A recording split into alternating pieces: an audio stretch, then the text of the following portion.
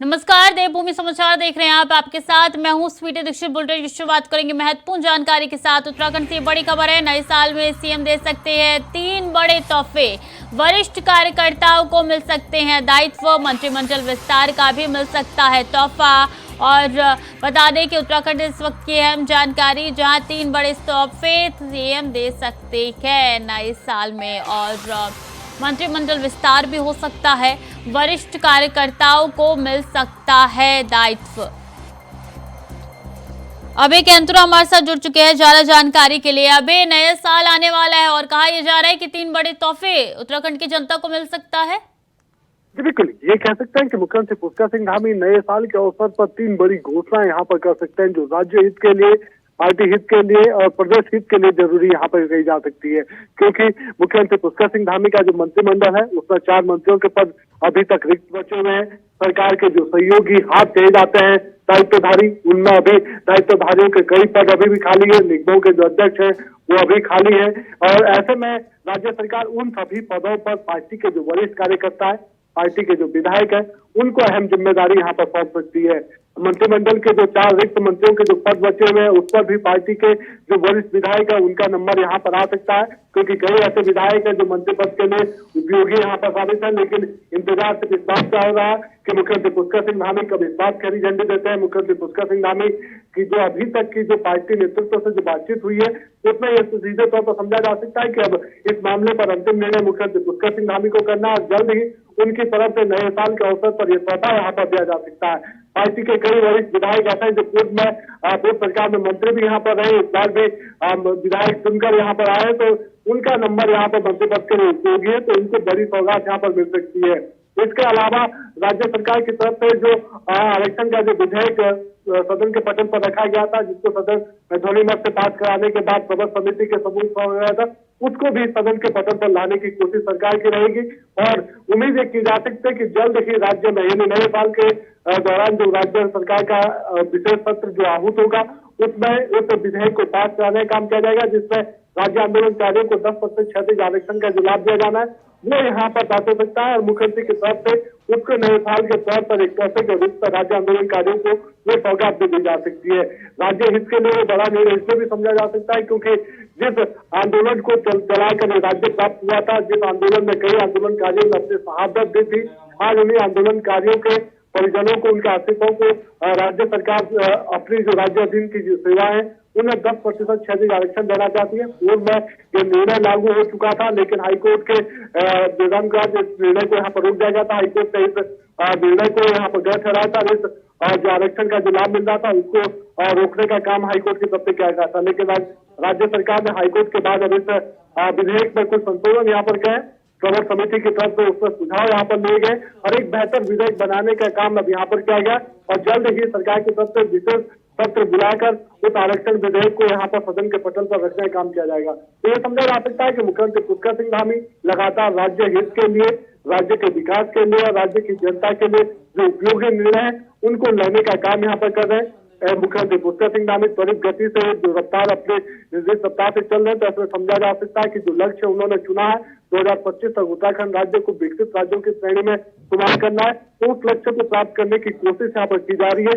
कदम बढ़ा चुके हैं और अब ऐसे में समझा जा सकता है कि नए साल के तौर पर बड़े तोहफे मुख्यमंत्री की तरफ से पार्टी विधायकों को मिल सकते हैं, राज्य की जनता को भी मिल सकता है। जी 3 बड़े तोहफे देने वाले हैं। एक तो मंत्रिमंडल का विस्तार हो सकता है, वरिष्ठ कार्यकर्ताओं को अधिकार यहाँ पे मिल सकता है। तीसरा बड़ा तोहफा कौन सा होने जा रहा है अभय? पहला तोहफा आप ये मान के चल सकते हैं कि जो मंत्रिमंडल का विस्तार होगा, जिसमें पार्टी के वरिष्ठ विधायकों या अनुभवी जो युवा चेहरे हैं जिनको 23,000 विधायक यहाँ पर कहा जाता है, उनको मंत्रिमंडल के 4 मंत्रियों के रूप में उनको शामिल यहाँ पर किया जा सकता है। दूसरा बड़ा फैसला इस रूप में समझा जा सकता है कि पार्टी के जो वरिष्ठ कार्यकर्ता जो विधायक है जिनको दायित्वधारी यहाँ पर बनाया जा सकता है, यानी राज्य मंत्री की जिम्मेदारी उन्हें सौंप सकते हैं, वो भी जनवरी के महीने में राज्य सरकार की तरफ से सौगात पर दी जा सकते हैं। क्योंकि मुख्यमंत्री ही उसको मुख्यमंत्री को ही उस चीज का विशेषाधिकार है कि अपनी सरकार में किसे दायित्व देना है। तीसरा बड़ा फैसला इस रूप में समझा जा सकता है कि जो राज्य आंदोलनकारियों को 10% क्षैतिज आरक्षण का जो लाभ देना है वो भी विशेष सत्र बुलाकर राज्य सरकार उस विधेयक को पास कराना चाहती है और उम्मीद है कि जैसे ही विशेष सत्र बुलाकर राज्य सरकार सदन में इस विधेयक को पास करेगी, राजभवन से भी जल्द ही मंजूर होकर प्रदेश भर में लागू हो जाएगा। तो ये समझा जा सकता है कि बड़ी सौगात यहाँ पर मिल रही है। मुख्यमंत्री पुष्कर सिंह धामी ने इससे पहले महिलाओं को 30% जो आरक्षण था, राज्य की जो महिलाएं उन्हें राज्य की सेवा में 30% आरक्षण देने का जो लाभ किया था, वो अधिकार उन्हें मिल चुका है और राज्य आंदोलनकारियों को भी उनका 10% क्षतिपूर्ति आरक्षण का लाभ देने की तैयारी राज्य सरकार की तरफ से की जा सकती है। तो ये समझा जा सकता है कि जनवरी का महीना नए साल उत्तराखंड की जनता के लिए भी, पार्टी के लिए भी और विकास के लिहाज से भी काफी महत्वपूर्ण समझा जा सकता है, क्योंकि 4 मंत्रियों के साथ साथ मंत्रिमंडल पूरा होगा। दायित्वधारियों के मिलने से भी ये समझा जा सकता है कि जो सरकार की जो योजनाएं, वो योजनाएं धरातल पहुंचेंगी, उनकी लगातार समीक्षाएं होंगी और जो विकास की रफ्तार होगी, वो रफ्तार भी और तेज होती हुई नजर आएगी। और ये कहा जा सकता है कि जब उत्तराखंड राज्य 25 वर्ष का होगा, रजत जयंती समारोह अपना मना रहा होगा, तो उत्तराखंड राज्य विकसित राज्यों की श्रेणी में देश भर में शुमार हो जाएगा और ये बड़ी सौगात उत्तराखंड राज्य को भी मिल सकती है। जी अभी ये बताइए कि मंत्रिमंडल का विस्तार होने जा रहा है, ये तोहफा मिल सकता है राज्य को, लेकिन ऐसे कौन कौन सी नाम है जिनको लेकर चर्चाएं हो रही है? क्या जब नाम एड ऑन होगा मंत्रिमंडल में तो कुछ नाम ऐसे हैं जिनको हटाया भी जाएगा, किसी का पत्ता कटा भी जा सकता है? देखिए, पार्टी इस समय हर विषय पर अपना निर्णय लेती हुई नजर आ रही है। मंथन कर रही है कि किस प्रकार से इस मंत्रिमंडल के विस्तार को, दायित्वधारियों के जो निर्णय है उनको किस प्रकार से आगे इम्प्लीमेंट किया जा सकता है, उनको कैसे लिया जा सकता है, क्योंकि पार्टी के सामने 2024 का लोकसभा चुनाव भी है। ऐसे में अगर कोई विधायक या मंत्री इस समय सांसद के लिए उपयुक्त चेहरा पर माना जा सकता है, तो उसे मंत्रिमंडल से हटाकर उसे सांसद का चुनाव यहाँ पर लड़ाया जा सकता है, यानी मंत्रिमंडल में भी फेरबदल यहाँ पर हो सकता है। और नए चेहरों के रूप की अगर हम बात करते हैं तो बिशन सिंह चौहान जो बीजेपी के वरिष्ठ विधायक है, 5 बार के विधायक इससे पहले रह चुके हैं, 6ठी बार विधानसभा पहुंचे हैं, तो ऐसे में वरिष्ठ चेहरा यहाँ पर रह चुके हैं। पूर्व में कैबिनेट मंत्री का दर्जा उन्हें हासिल था, पूर्व सरकार में कैबिनेट मंत्री रह चुके हैं, बड़े चेहरे के रूप में जाने जाते हैं। पार्टी के जो वरिष्ठ विधायक है, दलित चेहरे के रूप में जिसको जाना जाता है खजानदार, वो यहाँ पर इस बार भी 3री बार विधायक बनकर चुने हुए हैं। तो ऐसा समझा जा सकता है कि जो वरिष्ठ विधायकों की जो सूची है वो लंबी सूची बीजेपी के पास है। अब देख रहे ये होगा कि मुख्यमंत्री पुष्कर सिंह धामी किसे अपने मंत्रिमंडल के उपयुक्त यहाँ पर मानते हैं, क्योंकि कई ऐसे मंत्री इस समय धामी सरकार में मौजूद हैं जिनके चुनाव लड़ने की, लोकसभा चुनाव लड़ने की बड़ी संभावना यहाँ पर है। कैबिनेट मंत्री रेखा आर्य की सबसे बड़ी चुनाव लड़ने की संभावना यहाँ पर जताई जा रही है कि वो अल्मोड़ा पिपरागढ़ जो सीट, लोकसभा सीट है, वहां से आरक्षित सीट है। ऐसे में रेखा आर्य का नंबर वहां पर आ सकता है, तो काफी सक्रिय भी वहां पर देखी जा रही है। आपके कैबिनेट जो मंत्री सुबोध उनियाल, बिल्कुल अब 3 बड़े तोहफा जो है वो देने जा रहे हैं मुख्यमंत्री। बने रहिए आप हमारे साथ। अब एक आगे भी रुक करेंगे और आगे भी खबरें जारी रहेंगी, लेकिन वक्त तो चला है छोटे से ब्रेक का। ब्रेक के बाद एक बार फिर से स्वागत है आपका। खबरों में आगे बढ़ेंगे। मुख्यमंत्री पुष्कर सिंह धामी ने आईएसबीटी समेत शहर के अन्य इलाकों का औचक निरीक्षण किया। मुख्यमंत्री ने इस दौरान आईएसबीटी और आसपास के इलाकों में सड़कों पर जरूरतमंद को कंबल वितरण भी किए। इसके साथ ही मुख्यमंत्री ने आईएसबीटी में मौजूद यात्रियों से बातचीत कर साफ सफाई व अन्य व्यवस्थाओं का फीडबैक भी लिया। मुख्यमंत्री पुष्कर सिंह धामी ने समस्त जिलाधिकारी को निर्देश जारी करते हुए कहा कि प्रदेश में शीतलहर का प्रकोप बढ़ने लगा है। प्रदेश के शहरी एवं ग्रामीणों क्षेत्र में पर्याप्त अलाव की व्यवस्था की जाए। मुख्यमंत्री नगर निगम एवं नगर पालिका क्षेत्रों में संचालित रैन बसेरों की व्यवस्था दुरुस्त करने के निर्देश दिए। कंबल, रजाइयाँ या अन्य जो कपड़े दिए जा सकते हैं, उनको प्रशासन को सबको कहा है देखने के लिए। पूरे प्रदेश के अंदर इस प्रकार का एक अभियान चलाकर सब लोगों की मदद करने के लिए, और साथ में जो रैन बसेरे हैं उनको भी ठीक करेंगे। रैन बसेरों में देखेंगे, और पिछले साल भी और इस साल भी, अब चूँकि ठंड का मौसम है, ऐसे में जगह जगह अलाव भी जलाए जाएंगे। ऐसे निर्देश हमने सभी जिलों में कर दिए हैं, और जैसे जैसे ठंड बढ़ेगी उसी प्रकार से ये सब व्यवस्थाएं भी आगे प्रशासन की ओर से की जाए। अभी हमारे साथ लगातार बने हुए हैं। अभी मुख्यमंत्री ने औचक निरीक्षण किया और व्यवस्थाओं की जानकारी भी ली। इसी के साथ निर्देश भी उनके द्वारा दिए गए हैं, क्योंकि शीतलहर प्रदेश में अब कुछ ज्यादा ही आ रही है। देखिए, उत्तराखंड में मौसम का मिजाज बदल चुका है। मौसम विभाग ने जिस प्रकार की आशंका जाहिर की थी कि आने वाले दिनों में जो ठिठुरन होगी वो यहाँ पर और बढ़ सकती है, तापमान में गिरावट यहाँ पर आ सकती है। उसी रूप में कह सकते हैं कि उत्तराखंड के कई ऐसे क्षेत्र हैं जहाँ पर इस समय तापमान माइनस से नीचे जा चुका है। चाहे आपका केदार घाटी हो, बद्रीनाथ की घाटी हो या फिर यमुनोत्री गंगोत्री का तापमान हो, दोनों ही जगहों, तीनों चारों जगहों पर ये कह सकते हैं कि माइनस में इस समय तापमान है। तो ऐसे में गिरते हुए तापमान को देखते हुए मुख्यमंत्री पुष्कर सिंह धामी की तरफ से सभी अधिकारियों को, जिलाधिकारियों को निर्देश यहाँ पर दे देंगे कि सभी नगरीय क्षेत्र, चाहे निगम का क्षेत्र हो, नगर पालिका का क्षेत्र हो, नगर पंचायत का क्षेत्र हो, जहाँ पर भी रैन बसेरे हैं वहाँ पर गर्म कंबल से या जो गर्म कपड़े होते हैं उनकी व्यवस्था वहाँ पर सुनिश्चित की जाए, ताकि किसी भी प्रकार से जो आम जनता या राहगीर जो वहाँ से गुजरते हैं उनको किसी प्रकार की परेशानियों का सामना न करना पड़े। इसके अलावा जो 4 चौराहे हैं जहाँ पर भीड़ जमा होने की संभावना रहती है या फिर जो कर्मचारी ड्यूटी नाइट ड्यूटी करने वाले होते हैं उनके लिए अलाव की व्यवस्था वहां पर करने की बात उसके निर्देश यहाँ पर दे दिए गए मुख्यमंत्री की तरफ से, ताकि समय रहते हुए पूरी व्यवस्था यहाँ पर चाक चौबंद रह सके। और इस ठंड के मौसम में उन सभी जनता, जो आम जनता जो सड़कों पर फुटपाथ पर रहती है, जो रैन बसेरों में रहती है या फिर जो कर्मचारी नाइट ड्यूटी के दौरान गश्त करते हैं, उनको किसी प्रकार की परेशानी का सामना न करना पड़े। मुख्यमंत्री की तरफ से निर्देश दे देंगे और स्वयं खुद मुख्यमंत्री पुष्कर सिंह धामी भी अपने इन निर्देशों के बाद उन चीजों स्थलीय निरीक्षण भी वहाँ पर करते हैं। जैसे मुख्यमंत्री देर शाम ISBT में पहुंचे थे, उनकी तरफ से वहाँ का निरीक्षण किया गया। मुख्यमंत्री पुष्कर सिंह धामी फीडबैक लेते हैं कि किस प्रकार की व्यवस्थाएं वहाँ पर है, तो खेत बदलते मौसम में। जी बिल्कुल, अभी खुद मुख्यमंत्री धरातल पे उतरे और सारी व्यवस्था की जानकारी उन्होंने ली। बहुत बहुत धन्यवाद आपका तमाम जानकारियों के लिए।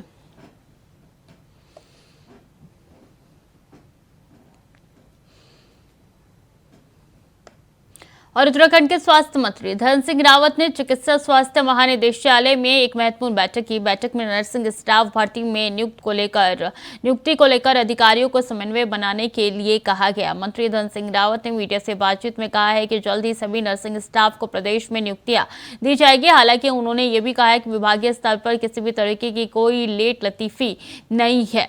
पुलिस वेरिफिकेशन की वजह से नियुक्तियों में देरी हुई है, लेकिन इस महीने के आखिरी तक सभी नियुक्तियां अभ्यर्थियों को दे दी जाएंगी। 280 जो है ए नमो की भर्ती करने जा रहे हैं और बहुत जल्दी उसका भी वर्षवार विज्ञापन निकालने जा रहे हैं। तीसरा, हम इसी महीने जो है नर्सिंग की भर्ती करने जा रहे हैं और एक रोजगार मेले के रूप में सबको सर्टिफिकेट दिए जाएंगे और सबको नियुक्ति पत्र भी दिए जाएंगे। ये लेट इसलिए हुआ कि सबका पुलिस वेरिफिकेशन में देर हुई थी और पुलिस विभाग को आज भी हमने कहा है कि जल्दी वेरिफिकेशन कर दीजिए। हमारे विभाग में कोई देरी इसमें नहीं। देखिए, आज हम लोग सभी जो है संविदा बेरोजगार नर्सिंग अधिकारी महासंघ पूरे प्रदेश से जो है बच्चे हमारे साथी यहाँ आए हुए हैं और ये भर्ती 12 सालों बाद हुई है और ये भर्ती जो वर्षवार भर्ती हुई है ये माननीय स्वास्थ्य मंत्री डॉक्टर धन सिंह रावत जी और हमारे मुख्यमंत्री जी के आशीर्वाद से हुई है, क्योंकि जो पुराने लोग काम कर रहे थे उनके लिए भर्ती का प्रावधान हुआ और इसमें जो है 12 सितंबर को रिजल्ट आया। 1376 लोगों का चयन हो चुका है। आज 12 दिसंबर है, पूरे 3 महीने हो चुके हैं और 3 महीने से हमारी नियुक्तियां नहीं हो पाई है, जिसके लिए हमने माननीय मंत्री जी से निवेदन किया था और माननीय मंत्री जी ने आज उसकी मीटिंग ली, बैठक ली। दामी सरकार ने पीआरटी जवानों से कुत्ता घुमाने और बर्तन मंजवाने के आरोप पर जांच बैठा दिया है। युवा कल्याण निदेशालय ने देहरादून के जिला युवा कल्याण अधिकारी को इस मामले की जांच कर रिपोर्ट देने को कहा है। वहीं इस मामले में राज्य की खेल एवं युवा कल्याण मंत्री रेखा आर्य ने कहा है कि इस मामले की जांच कराई जा रही है। रिपोर्ट आने के बाद सरकार फैसला लेगी। आपको बता दें कि प्रांतीय रक्षक दल के स्थापना दिवस के मौके पर पीआरटी के कुछ जवानों ने उत्पीड़न के आरोप लगाए थे। उनका आरोप था कि पीआरटी जवानों से अधिकारी 24-24 घंटे काम कराते हैं। अधिकारी घर पर बर्तन मंजवाने के साथ ही कुत्ता घुमाने और घर के निजी काम भी कराते हैं। पीआरटी के कुछ जवानों ने इसकी शिकायत सीएम पुष्कर सिंह धामी से की थी। मतलब जो उनकी इस बात को लेकर भी जो है जांच चल रही है कि यदि इस प्रकार का कार्य कहीं पर जिस निमित्त उनकी नियुक्ति हुई है उस निमित्त उनका उपयोग होने के बजाय किसी और कार्य के लिए उनका उपयोग किया जा रहा है जो कि उनके सम्मान को ठेस पहुंचाता है, तो उसको भी परीक्षण किया जा रहा है और इस प्रकार की चीज़ यदि पाई गई तो निश्चित रूप से उनके हित में हम लोग निर्णय लेंगे। ठीक।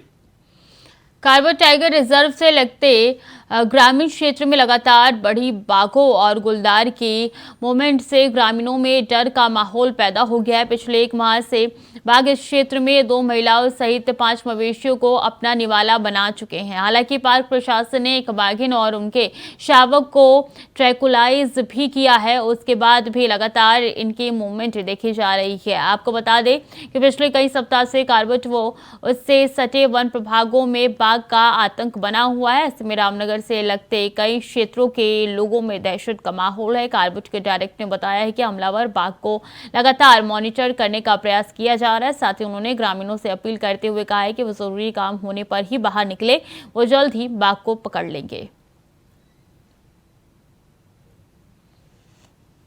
कि जिस तरीके से बाघ ने 1-2-3 महीनों में जो है 2 महिलाओं को अपना निवाला बना लिया और 7-8 लोगों को घायल कर दिया है। और अभी सूचना मिली है कि हाथी के एक बच्चे पर भी अभी कुछ दिन पूर्व बाघ ने हमला किया है और विभाग जो है हाथ पाथ धरे हुए बैठा है। कोई भी बाघ को पकड़ने की उनकी कोशिश सारी नाकाम दिखाई दे रही है, जिसमें लोगों में आक्रोश है। और इस क्षेत्र के जितने भी लोग हैं सारे के सारे लोग अब बहुत ज़्यादा आक्रोशित है, क्योंकि लोगों का घर से निकलना दुर्भर हो गया है। सुबह मॉर्निंग वॉक पर जाना बंद हो गया है।